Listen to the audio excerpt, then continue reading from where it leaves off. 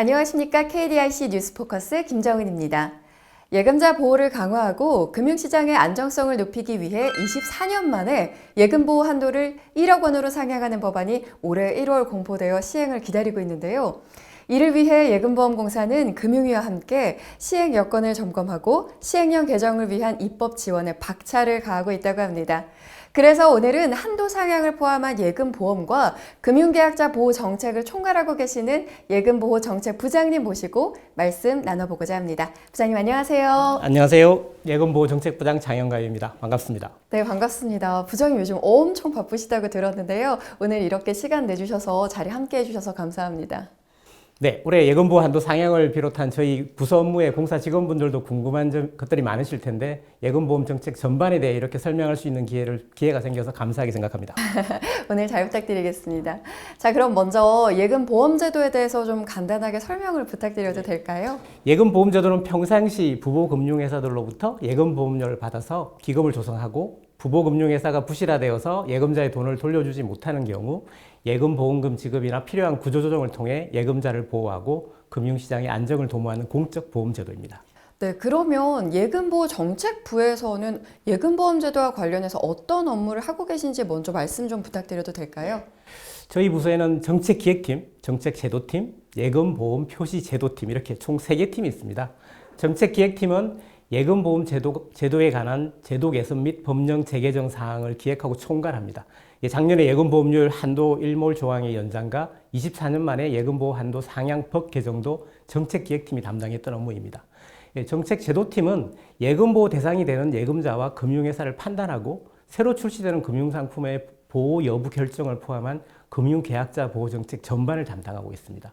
마지막으로 예금보험 표시제도팀은 금융회사가 금융상품의 예금보호 여부와 한도를 정확히 기재하고 고객에게 설명하고 확인받도록 하는 표시제도의 운영을 맡고 있습니다. 그렇군요. 그러면 지금부터 이제 하나씩 좀 여쭤보도록 하겠습니다. 조금 전에 예금보험 제도를 설명을 하시면서 언급하신 부보금융회사, 사실은 조금 생소하거든요. 이 부분에 대해서 정확히 좀 설명 부탁드릴게요. 부보금융회사란 쉽게 말하면 예금보호의 대상으로 예금보험공사가 보호하는 금융회사를 의미합니다. 우리나라가 처음 예보제도를 도입할 때 미국, 일본을 많이 참고하면서 보험이 붙어있는 금융회사라는 의미로 부보금융회사라는 용어를 쓰게 되었는데 일반인이 정확한 의미를 이해하기 어려운 게 좀 사실입니다. 국민들이 좀 더 쉽게 이해할 수 있도록 고민이 필요한 부분이라고 생각합니다. 그러면 우리나라의 부보금융회사는 총 몇 개 정도 되나요? 작년 말 기준으로 은행, 금투, 생보, 손보, 저축은행 총 5개 금융업권에 283개입니다. 참고로 신협, 새마을금고, 농수협, 산림조합 같은 상호금융은 개별법에 따라 각 업권의 중앙회에서 보호하고 우체국은 정부가 보호하고 있습니다.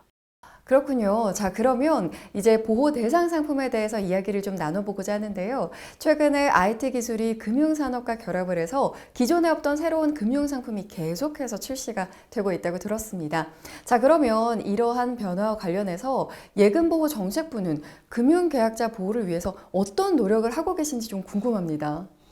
많은 분이 이미 사용하고 계시는 카카오뱅크의 달러박스와 같은 외화 보관 상품, 4월부터 일반 국민을 대상으로 실사용 테스트를 진행 중인 예금 토큰을 예로 들 수 있습니다. 새로운 금융상품의 등장은 금융회사 부실로 발생할 수 있는 금융계약자 피해에 대해 예보가 고민할 것이 많아진다는 의미입니다.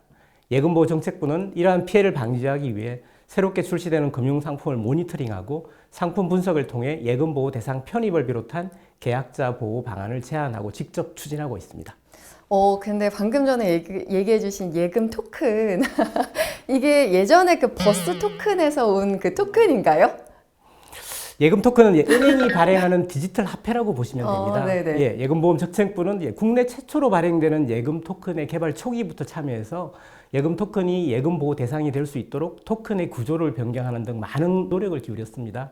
일반인 대상 테스트가 진행되기 전에 예금보호정책부 직원들이 직접 사전 테스트에 참여해서 실제로 예금 토큰을 사용해 물건도 구매하고 예금 토큰이 담긴 통장이라고 할 수 있는 전자지갑에 예금보호 대상이라는 표시가 잘 되어 있는지 확인도 하였습니다. 자, 그럼 이번에는요, 요즘 예금보험 제도에서 국민적 관심사가 가장 높은 이야기를 좀 해볼까 합니다. 바로 예금보호 한도 상향인데요. 올해 1월 공포된 예금자 보호법 개정안에 따라서 무려 24년 만에 예금 보호 한도가 5천만 원에서 1억 원으로 상향된다고 하는데요. 일단 이 그간의 우리나라 예금 보호 한도에 대해서 좀 간략하게 설명 부탁드릴게요. 1997년 1월 우리나라는 2천만 원을 한도로 예금보험 제도를 도입한 이후에 1997년 11월부터 2000년 12월까지는 IMF 외환위기로 인해서 일시적으로 예금 전액을 보호하였습니다. 그 후 2001년 1월부터 5천만 원을 보호 한도로 설정하고 24년간 유지하다가 금년 1월 한도를 1억 원 이상으로 상향하는 예보법 개정안을 공포하게 되었습니다. 네, 그러면 이렇게 예금 보호 한도가 상향이 됨으로써 기대되는 효과로서는 어떤 것들이 있는지 궁금해요. 네, 우선 우리나라 경제 규모에 걸맞은 보호가 이루어질 수 있다는 점이 있습니다.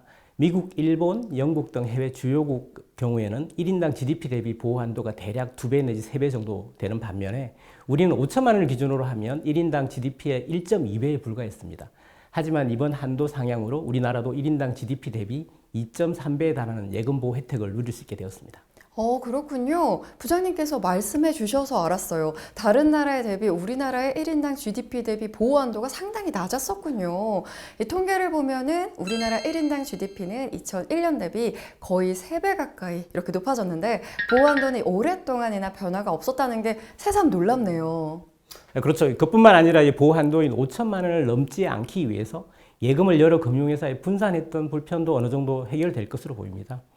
보호되는 예금 중에 보호 한도 이내 금액을 의미하는 보호예금도 233조 원 늘어나게 되어서 뱅크런 위험이 그만큼 줄어든다고 할 수 있습니다. 그렇겠네요. 자, 그러면 이제 중요한 부분인데 이렇게 의미 있는 한도 상향이 과연 언제 시행되는지 여쭤보지 않을 수가 없겠는데요. 현재 한도 상향이 차질 없이 진행될 수 있도록 금융위 건강과 함께 시행 여건을 점검하면서 좋은 타이밍을 논의 중에 있습니다. 한도 상향이 이루어지면서 발생할 수 있는 금융업권 간 또는 금융회사 간 예상치 못한 자금 이동에 대해서도 만반의 준비를 하고 있습니다. 그리고 아까 말씀드린 대로 자체적으로 기금을 조성해 예금을 보호하고 있는 신협, 새마을금고 같은 상호 금융업권도 동시에 한도를 높일 수 있도록 협의 중에 있습니다. 한도 상향을 국민들에게 제때 정확히 알리기 위한 홍보 방안도 고민하고 있습니다. 그렇군요. 정말 바쁘시겠습니다. 자, 그러면 철저한 사전 준비를 통해서 24년 만에 한도 상향이 금융시장에 순조롭게 자리 잡기를 바라겠습니다. 자, 그러면 이러한 예금보험제도 운영과 관련해서 제가 궁금했던 점을 좀 여쭤보겠습니다.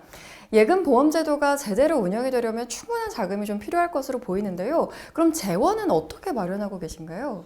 네, 예금보험 제도를 운영하기 위해서 예금보험기금의 가장 중요한 재원은 부보금융회사가 납부하는 예금보험료입니다. 네, 먼저 금융회사 부실에 대응하기 위해 자금이 얼마나 적립되어야 하는지 정하게 됩니다. 이를 목표기금이라고 합니다. 이 목표기금을 쌓기 위해 금융회사가 납부해야 하는 예금보험료가 정해집니다. 만약 기금 목표가 이 목표 수준에 도달하게 되면 예금보험료를 감면해서 부보금융회사의 부담을 줄여주게 됩니다. 목표를 정해서 보험료를 받다가 목표만큼 쌓이게 되면 보험료를 깎아주는 구조로 금융회사의 목표와 연계한 일종의 인센티브를 제공하는 셈입니다. 그렇군요. 그러면 현재 업권별 예금보험 요율은 어느 정도 수준인가요? 업권별 예금보험료율은 앞서 말씀드린 대로 목표 기금제에 따라 결정됩니다.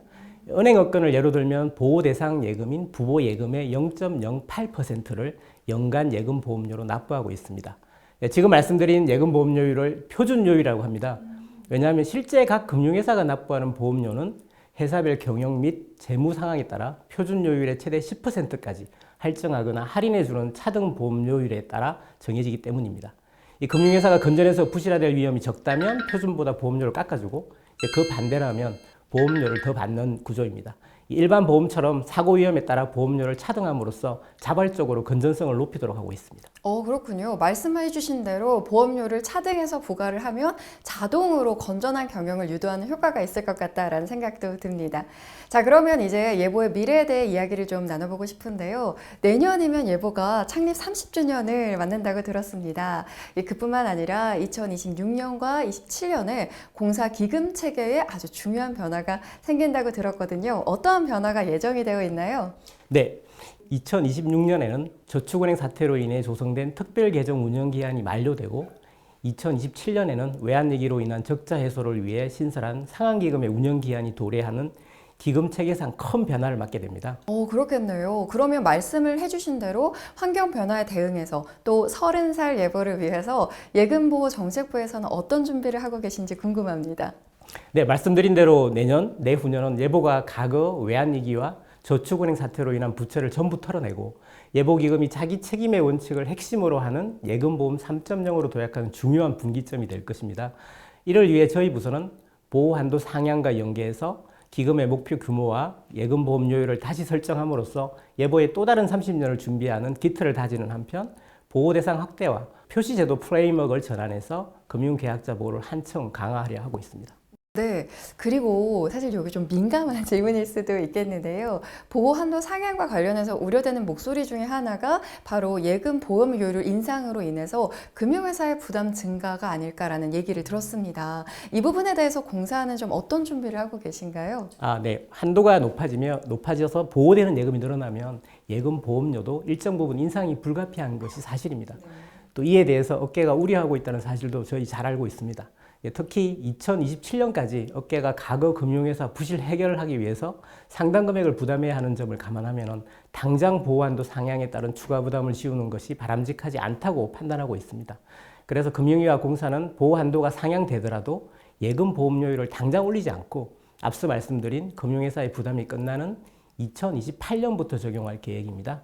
새롭게 적용할 예금 보험료율을 결정하기 위해서 목표 규모를 재산정하고 금융업권과도 협의하고 전문가의 검증을 거쳐서 국회 등 관계기관 보고를 하게 됩니다. 아주 복잡한 과정을 거쳐야 합니다.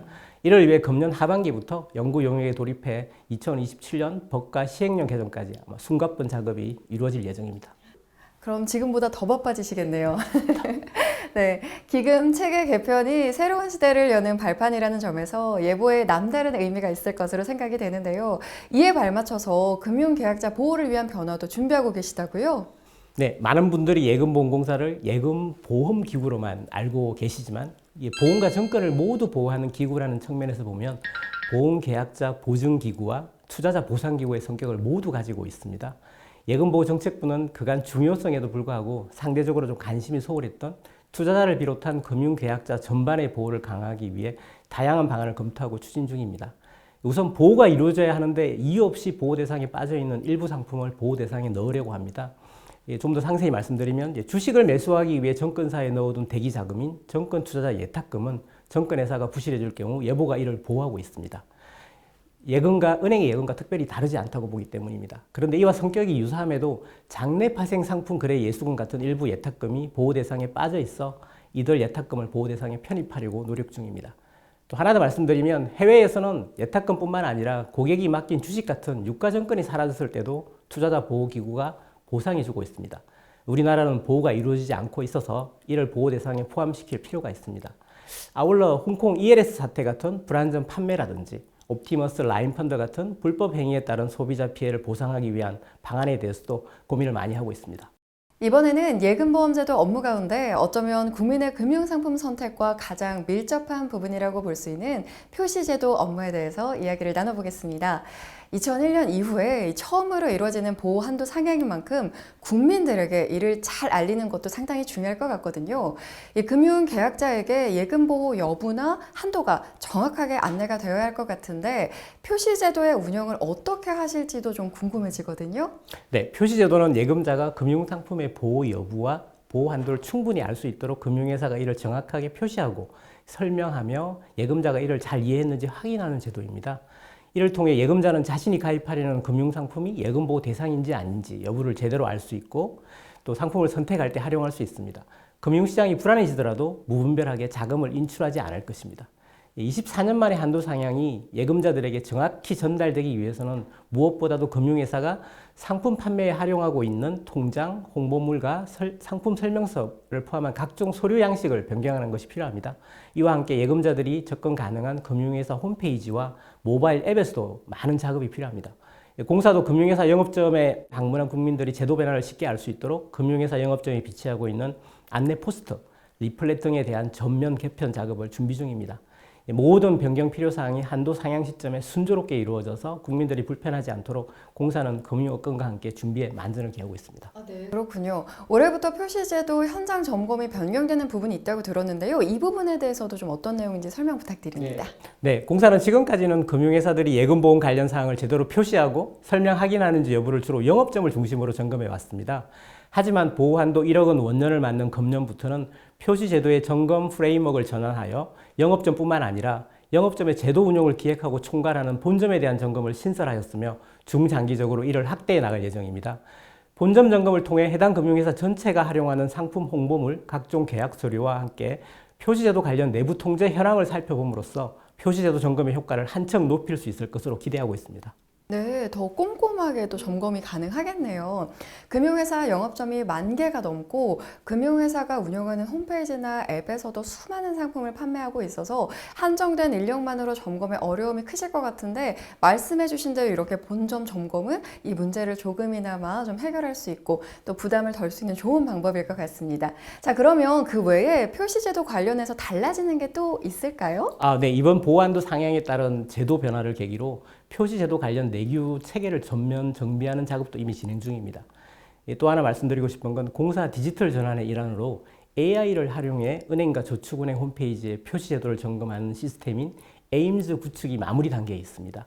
상반기 파일럿 테스트를 완료하고 하반기부터는 본격적으로 업무에 활용할 예정입니다. 온라인을 통한 비대면 거래가 증가하는 요즘 AI 표시제도 점검 시스템 에임즈의 구축과 활용은 금융계약자 보호를 위한 공사의 책임과 역할을 보다 효과적으로 수행하는 데 큰 도움이 될 것으로 기대하고 있습니다. 그렇군요. 자, 그러면 오늘도 이렇게 어렵게 나와주셨는데요. 마지막으로 임직원분들께 드리고 싶으신 말씀 있으시다면 부탁드립니다. 올해는 24년 만에 보호 한도가 1억 원으로 상향될 예정이고 이를 시작으로 목표 기금, 예금 보험료율을 포함한 예금 보험 기금의 근간이 새로운 변화를 맞게 됩니다. 많은 고민과 노력이 필요할 것입니다. 보다 미래지향적이고 실효성 있는 제도 개선이 이루어질 수 있도록 임직원 여러분들의 지속적인 관심과 협조를 부탁드립니다. 아울러 예금보험정책부에서는 금융상품에 대한 정보를 보다 쉽게 전달하고자 예보TV의 슬기로운 금융생활 시리즈를 유튜브로 제공하고 있습니다. 많은 시청 부탁드리겠습니다. 네, 말씀해주신 슬기로운 금융생활도 잘 챙겨보도록 하겠습니다. 네, 30주년을 앞둔 예금보험공사가 앞으로도 금융계약자 보호와 금융시스템 안정이라는 본연의 역할을 멋지게 수행할 수 있기를 기대하며 오늘 순서를 마치도록 하겠습니다. 지금까지 공사의 핵심 업무인 예금보호 정책 업무에 대해 들어봤습니다. 바쁘신 와중에도 자리해주신 부장님 오늘 함께해 주셔서 고맙습니다. 네, 감사합니다. 이상으로 2025년 4월 KDIC 뉴스포커스를 마칩니다. 시청해 주셔서 고맙습니다.